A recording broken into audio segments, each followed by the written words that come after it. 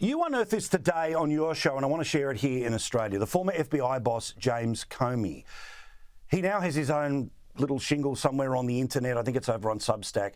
And he's going on and on about Taylor Swift. Oh, my God. It was so cringy, as the kids say. He sounded like a stalker. He's like, I've known Taylor for 15 years. Taylor Swift and I go way back. I went to my first concert of hers 15 years ago.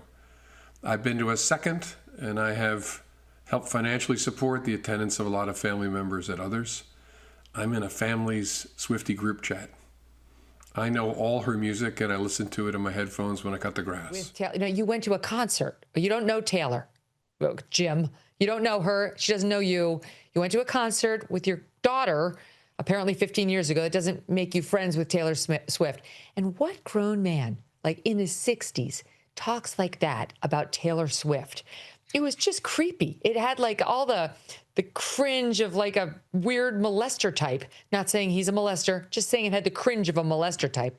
It was very weird. And who that is in their 60s actually looks up to Taylor Swift as like their role model and was like quoting her song lyrics is the thing he thinks about to really help get him through the day. And the essence of his weird post online was, we can't let our bullies get into our heads to the point where we become bullies. And while he's saying this, he's referring to Donald Trump, that elderly man with whose makeup covered in the Oval. Okay, so that's a personal insult. You're mocking his looks, his personal appearance, which one could argue is what a bully does, Jim. And secondly, when he was at the FBI, he was actively working to ruin the Trump presidency. It's all coming out now how heavy-handed he was on it, how they didn't have the evidence, how he was fine suggesting they did anyway. He understood he would be ruining the Trump presidency and possibly getting Trump in criminal trouble. He didn't care at all. And now he wants to lecture us about bullies?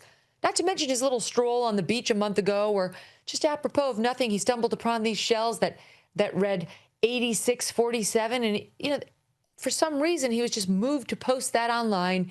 And it only even came to his attention what that could possibly mean when the internet responded, gee, 86 is kind of like a mob or FBI term for taking somebody out. And 47 happens to be the number of his presidency. This guy is, of course, just like your typical leftist, projecting onto the other side what he is himself. And what about the creepy detail that he's part of a family group chat about Taylor Swift? I'll give you the tip. If anyone is involved in a family group chat about Taylor Swift, get a new family. You're supposed to be the leader of that family as the father. You failed. Like, who would have such a thing? Like, I don't like.